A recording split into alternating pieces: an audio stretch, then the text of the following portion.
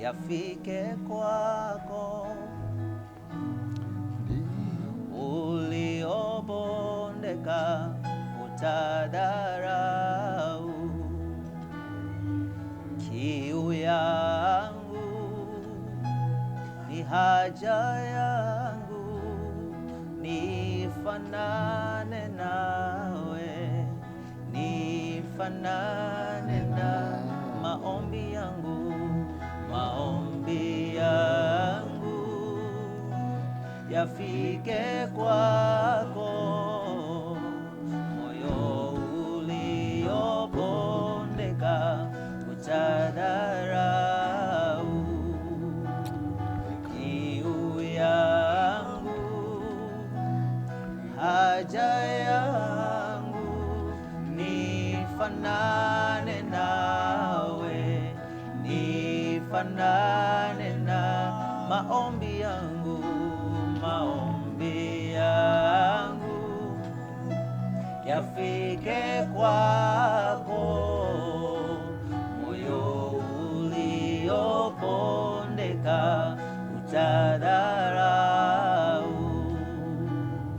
Kiu yangu, haja yangu, nifanane nawe, nifanane na, nifanye Bwana, nifanye kama wewe,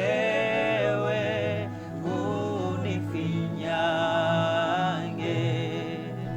unifinya, wakinitazama, wakinitazama wakuone wewe, unifinyange,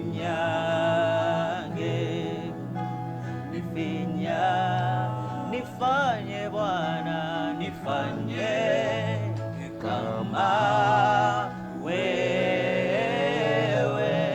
unifinyange,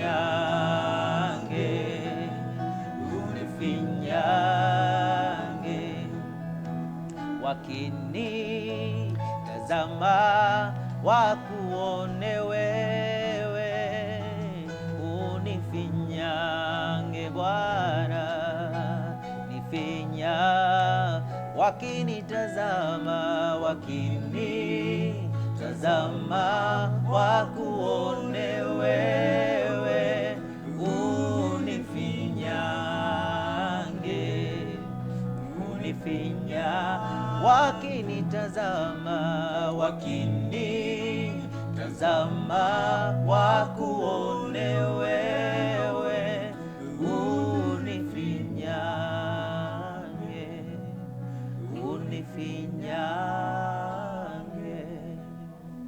Welcome back, our precious viewer, on our that segment of Worship Unveiled, having a very constructive conversation here, worshipers and pastoral department.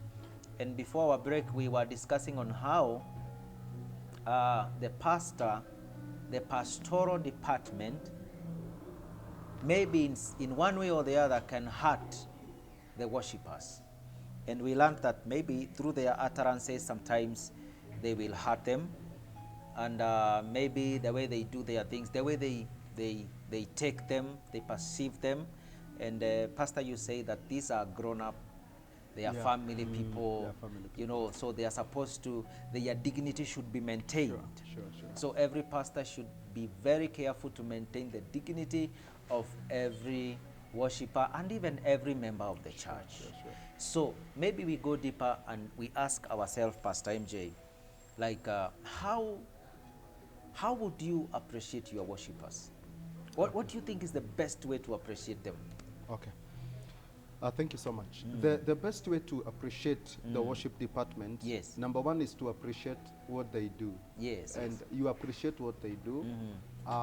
And this is a very important department in the church. Yes. And I can tell you for sure, my host Mbugua, GK, that this team, in many cases, it gives itself wholly. You know, it serves very, very well, wholeheartedly. Wholeness, yes. I mean wholeheartedly.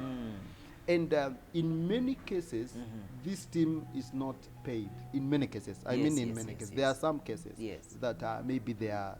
Would paid. you call it payment or appreciation? Well, because are you able to pay them? Okay, let me not go to that. Okay, in many cases they are not appreciated financially because of monetary form.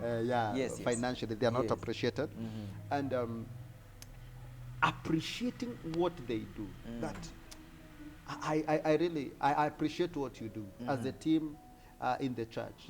Thank you so much for for your time. You give yourself to God, serving the Lord. It's not easy.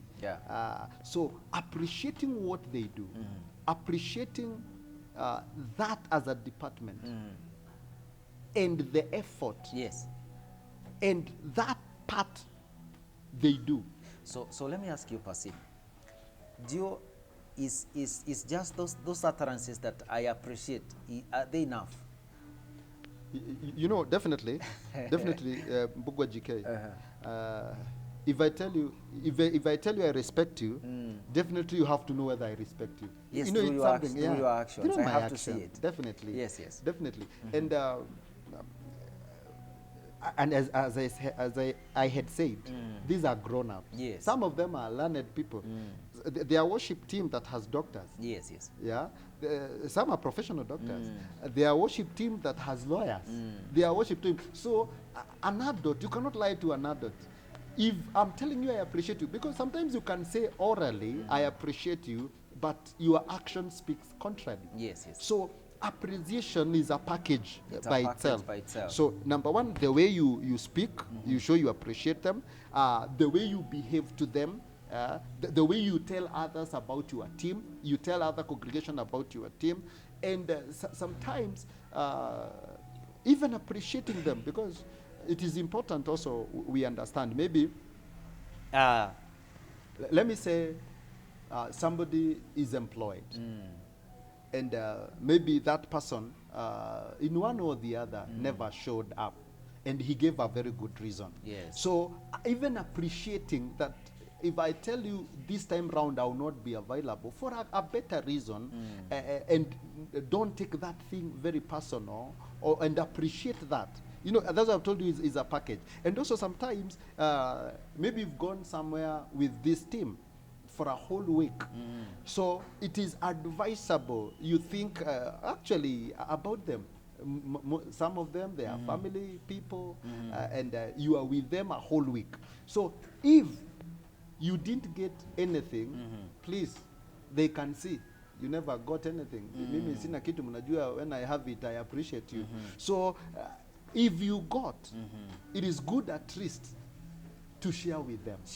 Yeah, it's good to share. If they are not in full time, because I said we have two types of these departments. There are two types. There are some that are full time. They are salaried. There are churches, maybe they are in that position to do that, and it is important. If a church is in that position, it is important to do that. Well and good. If it is not in that in that position, able to maybe cater for them financially, then in one or the other, appreciating them when able, it is also very much important. Very important. Yeah. So what you are trying to say, Pastor, is that actions, it's not enough to tell them. It's not enough. Show them that you appreciate. Maybe give them a phone call. Exactly. Individually tell them I appreciate what na you si tu ya kuembwa kelelesha. Unajua phone call nyingi sana za kukelelesha. Mapasta, ulikuwa wapi wewe, una madharau siku hizi, ukisikia utaenda you know. And it's also good to understand, like you said, a very powerful statement, that they are human. They also have issues that they are dealing with. Somebody may be undergoing something, because I am a witness. Sometimes we serve in what do you call it? Sometimes in pain. Maybe out of season. Out of something that somebody is undergoing through. But since you have a mandate to serve as a worshiper, you find yourself, you have to be there, and you tell God, just deal with my issues. So understanding that worshippers are also human. They are human. They are exposed to the same conditions that you are exposed to.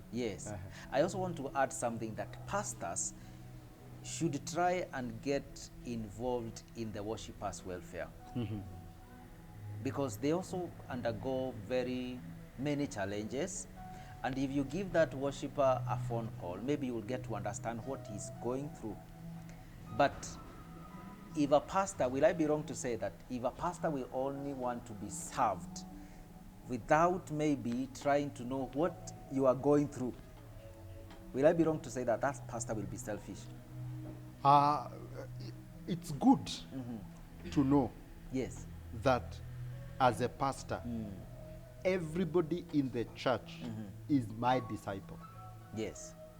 The worship team, my assistant pastor, the departmental leaders, all of them, they are my disciples. Yes, yes. So, and it's biblical to know the condition of your disciples. So, and especially this team that serves on the altar, this team that serves people, it is good to understand, knowing their welfare, very, very, very much important. Very important. Very important. Yes, yes. And also, if you are going through as a worship, as a chorister, as somebody in the worship department, please, it's good to communicate.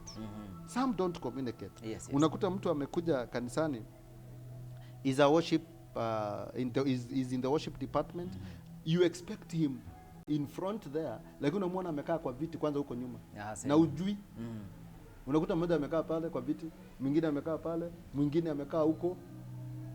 If you have a member of 12 ambao wanafaa kusimama pale mbele, only 3 wanaimba pale, na ukiangalia wote unaona huko nje.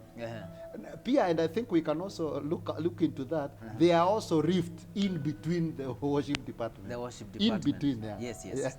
Of course, they are there because they are grown-ups, like you said. Yeah, yeah. They also have their own preferences. So there are rifts. That is true. There are rifts. So if there is a rift between the worship department, please, wacha kuionyesha kwa members. Sometimes you can, as a leader, you can call the pastor to come and at least solve the problem. It is very much important. Kwa sababu wakati mwingine kuna rift, utakuta maybe kiongozi alitaka ukuje practice au kukuja, you know, such kind of stuff. Yes. So I think we are supposed to make sure there is harmony. That is something we have to work on. There must be harmony. Harmony. In the worship department, in the pastoral department, and together the two teams must work together. Yes, yes, yes. And you have used a very strong word, work on. Yes. So it's a deliberate thing, and you have to put some effort. If you're working on something, you must put an effort. You must. So effort from the pastoral side. Yes. And from the worshippers side. True, sir. Maybe in 1 minute, tell us, what is the role of a pastor? Wachana sasa, ni washirika kama wale wengine. Lakini sasa, what is the role of a pastor over this worship team? Wachana sasa toa ushirika as worshippers. Yes. Just in 2 minutes. Yes. The role of pastor? Yes. Kwa hii kikundi cha worship. Kwa hii worship department. One role, of course, is a leader. Of course, he's above them. He's above them. And also, taking care of their welfare, knowing how they are. Welfare. Because what they do, the business of worship team is to do spiritual transactions. And if they are not okay, they cannot be able to transact well. There will be some viruses in the spirit. That is what I wanted. Welfare. Yes. Yes. There will be some viruses in the spirit. You know there is what, and maybe we can discuss later on. There is what we call the manifest presence. There is a worship department that can stand before people, and the manifest presence of God is visible. But if the pastoral team, the pastor, and the worship department, they are not auguring, they are not going very well. You see, there will be some viruses. Now, anytime that a computer has virus in a hang. So unakuta mnahangisha watu in the matters spirit. Unasikia watu wakisema kumekauka sana. Si kukauka, ni ile there are some viruses. So one greatest role, man of God, and there are men of God who have understood that, and they take care of their worship department. They take it as their sole responsibility. Wanna make sure they are okay. Their health is okay, kama ni wagonjwa na kama hawako sawa. Hata wengine huwa wana make sure kwamba even in the morning they pray together before they do the service. So kuangalia their well-being. Their welfare. Their welfare, very important. Very important. So pastors, I know pastors are watching us, and so it's very important to take care of that welfare side of them. Try to know how they are doing. If they are undergoing any challenge, try solving it, and it shall be well. We are coming back to see how well we can also appreciate apart from the monetary and all those utterances, how well can we appreciate the worshipers after this break?